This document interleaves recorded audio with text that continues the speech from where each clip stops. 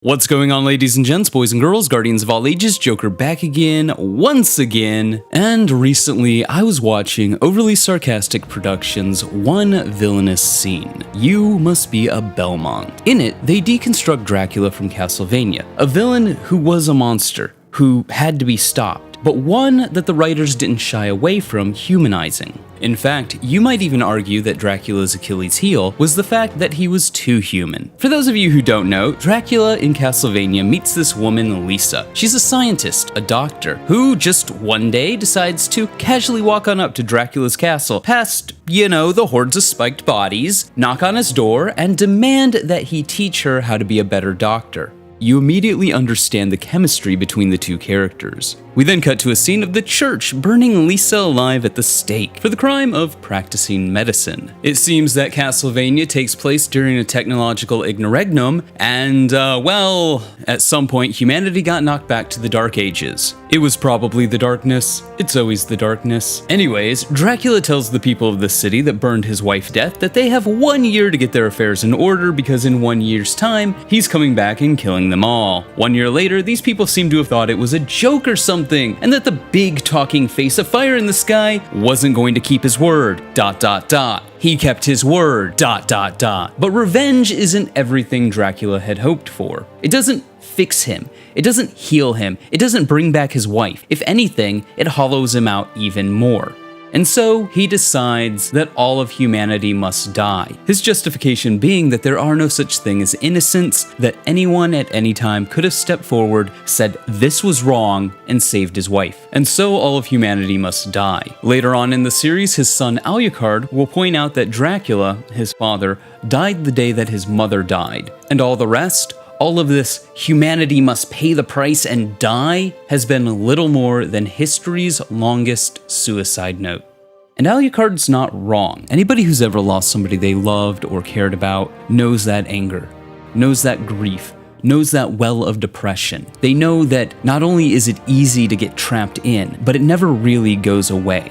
A song, a smell, a taste can, for better or worse, trigger those memories and that pain. Sometimes they're happy memories, and while it's sad, it's a happy kind of sad. Sometimes those memories are of the loss, and there's this hole in you that never quite goes away, and it burns with anger or sadness or depression, but you have to push on, because loss is a part of life, and life's not going to wait for you to keep getting over it. I say this as somebody who lost their mother to cancer a few years ago, and that loss has never quite gone away. You just learn to deal with it. But we're not here to regurgitate the finer points of Overly Sarcastic Productions' One Villainous Scene, You Must Be a Belmont video. The link for that will be in the description below if you want to take a look. We're here to talk about destiny. So let me ask you, what if you could never ease those memories? What if every time you remembered those moments of trauma and loss, it was crystal clear? It was as if it was happening then and there. Perfect recall. Because you're a constructed machine. A human consciousness, human emotions, a human soul transposed into a mechanical body. What if every time you remembered your traumas, they played out in your mind as if you were there? In many ways, Lakshmi 2 is not too dissimilar from Dracula. She survived the collapse, tried to rebuild in London, and then one day, unprovoked, the Fallen, in their tens of millions attacked Earth, burned London to the ground. Twice, in the span of nothing, Lakshmi 2 lost everything. And then she fought for humanity for 500 years against the Fallen, the Cabal, the Hive. Until we came along, there was nothing but loss, loss, loss, and more loss. At Twilight Gap, at Six Fronts, at Mara Ebrium, and on, and again she failed. How many people did she lose over 500 years to the enemies of humanity? Is it any wonder she would try to find a way to stop this? And she did. She found a device that allowed her to see into the future, and once again, she saw the destruction of humanity. This time, at the hands of the Cabal. And she tried to warn everybody. She put plans in motion, and no one listened. And then what happened? The Red Legion came in their tens of thousands, attacked the city, killed hundreds, thousands, millions, who knows? They took the light, butchered guardians, and executed the speaker. She lost, and lost, and lost more. For over 500 years, she lost. And then the one time she tried to warn everyone, when she thought she had the power to stop it, she was ignored and the city burned. If not for us, humanity may have well been enslaved, if not worse, exterminated. This is not an excuse, but it is a reason. Exos are, at the end of the day, a human brain, a human consciousness, what some might call a human soul, encased in a cybernetic body. Try to envision 500 years. The human brain can barely compartmentalize decades, let alone 500 years. It all becomes bullet points, dates on a calendar, moments in time we barely know anything about because we had to study them in school. But even then, the history is still blurred. We were not there. We didn't live in that time. We have no proper point of reference or context to anything we learn. So, we read the histories of civilizations long dead, and through the morality and context of the modern era, we try to rationalize things that often we simply can't. Lakshmi, however, has lived for over 500 years. And she remembers every moment of her life since becoming an Exo. As in modern Destiny lore, the Exo reset number was changed in Warmind to be the number of times it took to get the Exo right, so they wouldn't suffer any number of neurological instabilities or degradations with their new Exo bodies, like dysmorphia. Who knew that going from having skin to not having skin would be a shock to the mind? Lakshmi, psychologically, is a broken woman. War and trauma can break the strongest and the bravest of us. What does 500 years of that do to a person? There, in my opinion, is a disturbing trend in Destiny. More so in the community, but I'm not entirely sure that Bungie themselves are guilt-free in this, be it through incompetence or malice. A lot of the people that we see as bad guys are just broken. They're legitimately insane, but not in that madman sort of way. They have PTSD. They've lost people. They've suffered. They are lashing out at a world that has done them wrong. Aldrin lost his sister. She was his life for hundreds, if not thousands of years. And in his grief, in his insanity, with cosmic forces not just manipulating him externally, but due to the very duality that all Awoken must keep in check, being a child of the light and the darkness, as it's explained in lore, Awoken have dual natures that they have to keep in check. Aldrin fell to the voices in his head. He fell to the darkness. He fell to his desperation to free his sister. And so, he killed Cade. He had to be stopped, and we stopped him with a bullet to the head. Because the player was also grieving. Because Petra was grieving. The only difference between us and Aldrin in that moment was we could have stopped ourselves. We had control. And with that control, we decided to execute Aldrin, even though we could have just taken him prisoner. Recently, a friend of the channel, Myelin Games, did a lore series covering a guardian by the name of Shayura. Here's some excerpts from that video. Take a listen. While guardians can often be brought back to life, of course, under certain circumstances, they can be permanently killed. And this is what really starts to traumatize Shayura. Okay, so that is the first event in the story of Shayura. They are flying into this Trials match, and Shayura feels like she abandoned Sloane on Titan following the arrival of the Pyramid ships, which turns towards anger towards the Vanguard, specifically Zavala, and this event also plants the seed for Shayura's fear of death. Let's move on to event number 2, which describes a brutal scene from the Trials match that Shayura and her team have just entered. So in the lore entries, Shayura's team has won the Trials match. The match is over, but Shayura continues to kill an opposing guardian with her sword. It's pretty intense. Have a listen to what happens during the match from Aisha's perspective, which is documented in Pyrrhic Ascent Vest. It reads, "A plume of atomic fire rises up over a nearby block of Vex design, as if in direct response to Aisha. The lighthouse gives off a soft tone. The match is over. They won." A sudden scream spurs Aisha and Reed into action. The pair navigate the familiar Vex architecture quickly, but 2 more agonized screams ring out in the time it takes to traverse the arena. When they reach the source of the noise, Aisha sees Shayura impaling another guardian through the faceplate of his helmet with her sword.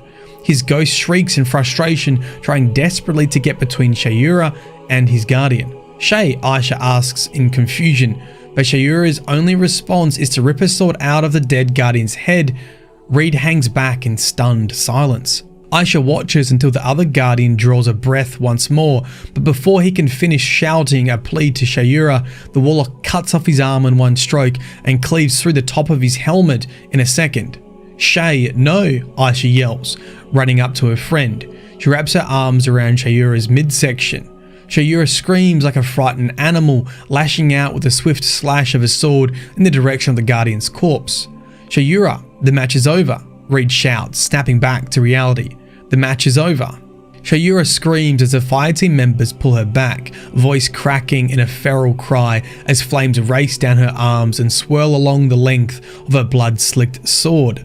"No, no, stop, no," Shayura howls, fighting against the restraints of her comrades. Aisha grabs at Shayura's wrist, trying to keep her from swinging her sword again. "Shay," Aisha tries to get through to her. "Shay." Shayura screams an endless wail into the scalding Mercurian sky. If you read the lore entry about this event from Shayura's perspective, you will understand that she is having an hallucination, some sort of post-traumatic stress response, and Shayura actually thinks she's fighting the Hive, not a Guardian. So now have a listen to the exact same event, but from Shayura's perspective. This is what she thought was happening. The lore tab for Pyrrhic Ascent Vestment reads: Edging a half step backward, Shayura knows that the only way out is through. Wings of flame roar off her back, leaving a trail of rippling heat and hollowed out thrall in her wake. Her sword clashes with the knight's shield, shattering it in a single blow. Her follow-through cleaves through the knight's arm down into its chest. Shayura turns on her heel toward the remaining thrall. She can feel the light in her ebbing and knows that they will overwhelm her if she doesn't succeed now. Death against the Hive is never a sure return, not after what happened to Takeo 3 and her fire team here. A blinding pain hits Shayura in her back, her vision swims, mind reels. Had she missed one? Feeling the warmth of blood running below her armor, Shayura turns to see the Hive Knight reborn, sword covered in her blood. Screaming inside her helmet, Shayura feels a deep panic build in her chest. She knows a Hive death ritual when she sees it, and she walks straight into their trap. She rolls away from the knight's next swing and into the reach of thrall that tear at her armor. Mustering the last of her solar energy, Shayura calls up a cyclonic pillar of flame that twists up into the sky and consumes the knight. The Revenant Knight emerges from the flames, already reconstituting. Shayura leaps forward and drives a sword through his face, tackling him to the ground. Her solar aura flickers and fades, smoke and steam billow from her back and shoulders. "Shay?" She hears one of the surviving thralls speak in a human voice. Shayura twists her sword in the knight's face and shakes sizzling green blood onto the catwalk. The knight begins to reform again in a horrifying blaze of green flame, but as it reaches out toward her, she cuts off his arm and sends her sword through the top of his head in a brutal follow-through. The thrall wails. She can feel an arm around her waist, restraining her. She kicks and struggles, crying out as the last wisps of praxic fire twist down her arm and sword. "No, no, stop, no," Shayura howls, fighting against the pull of the thrall. "Shay!" the thrall cry in the voices of her friends. "Shay!" Shayura screams into the impossible seas. Shayura is clearly suffering from PTSD. She was a god made manifest, and in her time of need, that power was ripped away from her. Turns out, Gull was right. Do not look at me, creature. You are weak, undisciplined, cowering behind walls. You're not brave. You've merely forgotten the fear of death. Allow me to reacquaint you. There's a moment in the lore where Shayura may have been saved, during a Trials of Osiris match, where she finally just broke, and had the people around her not failed her. So, categorically, she may have gotten the help she needed, and she may not be the psychotic, darkness-murdering, religious zealot she is now. But what does the community think should happen to Shayura? Shayura will never be the new Shin Malphur. Nobody will. Shin passed the mantle to us. Shayura is a rogue fanatic who needs to be put down. Well, the community thought she should be put down, like an animal. So much so that Myelin had to make a follow-up video addressing these arguments. Which brings us back to Lakshmi too. People hate Lakshmi, and for a good reason. That's not necessarily the wrong take if you don't know an ounce of lore. If you just play the story and don't look into it all that much, she comes off as a pretty horrible person. Because in the game, the part of the story that everybody interacts with, Lakshmi isn't treated like a character. She's treated like a straw man, this horrific and evil person that needs to be knocked down, a dragon sent unto us to slay, but in reality, little more than a windmill to tilt at. But this evil mustache-twirling caricature, in reality, is more complex. Like Shayera, like Aldrin, she was suffering from loss. And like Shayera, there were many opportunities she could have been given the help she needed. She could have been shown that Mithrax and House Light were different, but she wasn't. What she was shown was the Fallen that kicked off the whole human Fallen war, 500 years of genocide walking through the streets of her city, Namrask, this mass murderer who brought war to our shores and burnt our world. Take a listen. And also Light. They are going to the last city beneath the great machine. What are you afraid of, Miss Rask? Asked Namrask. What are you not afraid of? Namrask demands. The young one bewilders him. What life could we possibly have there? They will take their revenge on us, and wouldn't we deserve it? Is there something I should know? Nisrask asks dryly. No, Nimrask snarls, rubbing his bare knees where they protrude from his shell. Yes, I was. He stops. No, I cannot tell you, because then you would have to tell the humans, and I will not make you lie. You do not want to be who you were before, Miss Rask guesses. You would learn a new trade? I would like to weave, Nimrask says. I'm not good at it yet, but I might be.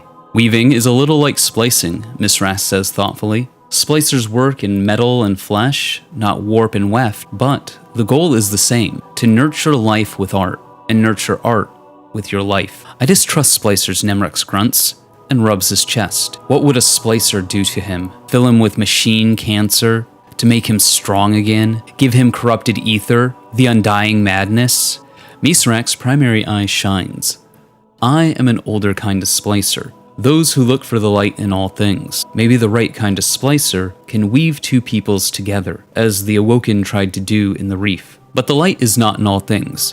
It has left us. Why look for the light when you can see so clearly who it favors?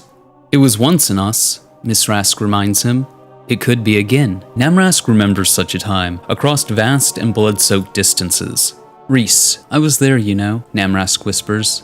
At the whirlwind, after Chelchis fell, I sent ships to follow the great machine. I abandoned all those houses that could not make war. I ordered my fleet to hunt the machine. Many rallied after us. Each ship began their own war with the human, but maybe I was the first. Misrak stares at him.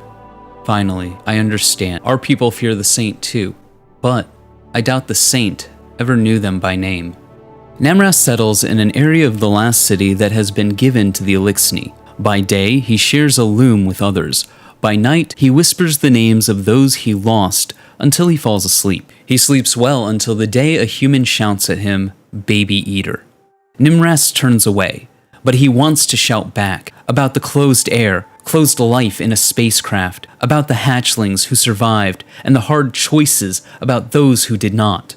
He wished now they had been depraved enough to think of devouring human young. But he sees the young Elixni, like Ido. He wants to wail at their promise, at their hope. Ido dislikes and avoids him, which is for the best.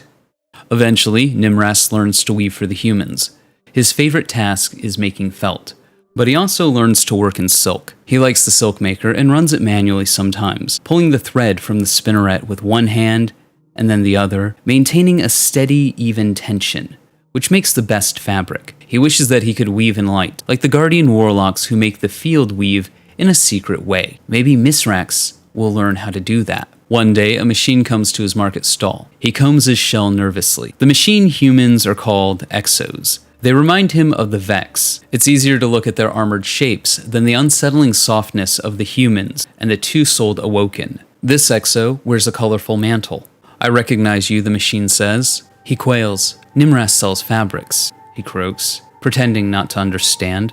Nimrasks, she laughs quietly. I'm old, Empty Weaver. Almost as old as you, I think. But unlike most of my kind, I remember London. And you. He holds the bolt of fabric between them. She catches two of his hands. Her machine flesh is warmer than his.